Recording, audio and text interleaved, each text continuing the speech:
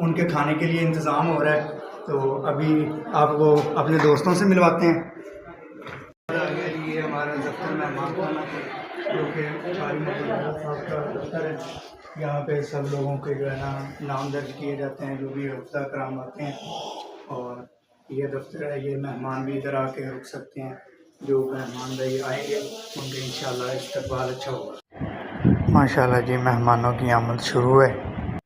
یہ ابھی جو ہے نا سارے دوست احباب بیٹھے ہوئے ہیں، قاری افضل صاحب، قاری ظہور صاحب، یہ بقایا دوست احباب جو ہیں، یہ قاری مظہر صاحب آ گئے۔